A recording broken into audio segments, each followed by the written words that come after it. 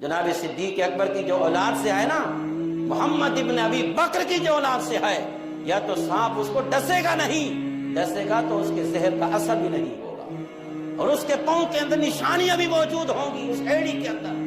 اور اس کی اگلی برکت جو ہے، علماء فرماتے ہیں جب جناب صدیق اکبر کی خلافت کا زمانہ آیا، جب بڑے بڑے لا علاج بیمار آتے تھے تو صدیق اکبر کیا کرتے، اپنی اس ایڑی کو پانی میں ڈالتے، وہ پانی اس لا علاج مریض کو پلا دیتے، اللہ اس کو شفا عطا فرما دیتا۔ تو حضور کا لعاب دہن تو چلا گیا ہوگا، لیکن اس کی برکتوں کا عالم یہ تھا کہ پانی میں ڈال دیتے، اللہ اس بیمار کو بھی شفا عطا فرما دیتا۔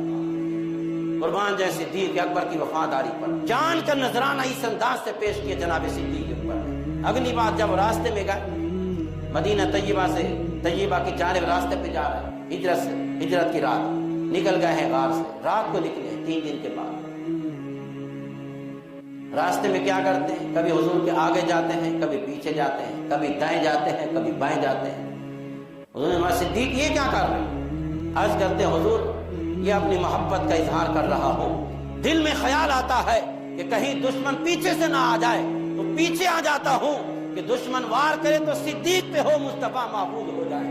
پھر خیال آتا ہے کہ کہیں دشمن آگے سے نہ ہو، آگے آ جاتا ہوں۔ پھر خیال آتا ہے کہ دائیں نہ ہو، پھر دائیں آ جاتا ہوں۔ پھر خیال آتا ہے کہ کہیں بائیں سے نہ آ جائے۔ تو بس یہی صدیق کی جان تو ایک ہے، اور کیا کروں، جان ایک ہے، جان ایک ہے، اب اس کو آپ کی ذات پر کیسے قربان کروں؟ اگر کروڑوں جانیں بھی ہوتی تو مصطفیٰ کے نام پہ قربان کروں۔